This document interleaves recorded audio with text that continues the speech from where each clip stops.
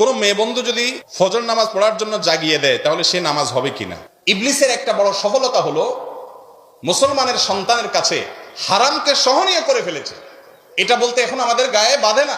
প্রশ্ন করতেছে ভদ্রলোক যে তার যার সাথে জেনার সম্পর্ক, হারাম সম্পর্ক, সে নামাজে ডেকে দিচ্ছে। আজকাল আবার নতুন শয়তানি শুরু হয়েছে, দিনই বোন, দিনই ভাই, সম্পর্ক তলে তলে ইটিস পিটিস আছে না নাই? বলে যে নামাজি, আমার আমার এই গার্লফ্রেন্ড তিনি নামাজি।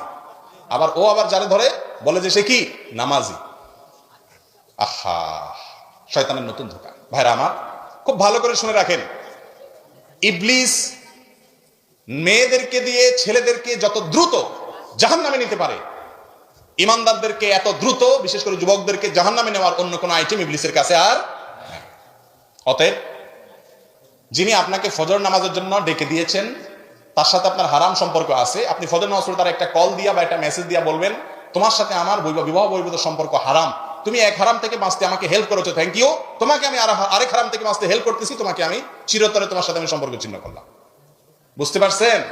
সেই কলিজা থাকা উচিত আমাদের। বাকি হ্যাঁ, যে কেউ আপনাকে নামাজের জন্য ডেকে দিয়েছে, এর কারণে আপনার নামাজের কোনো ক্ষতি হবে না।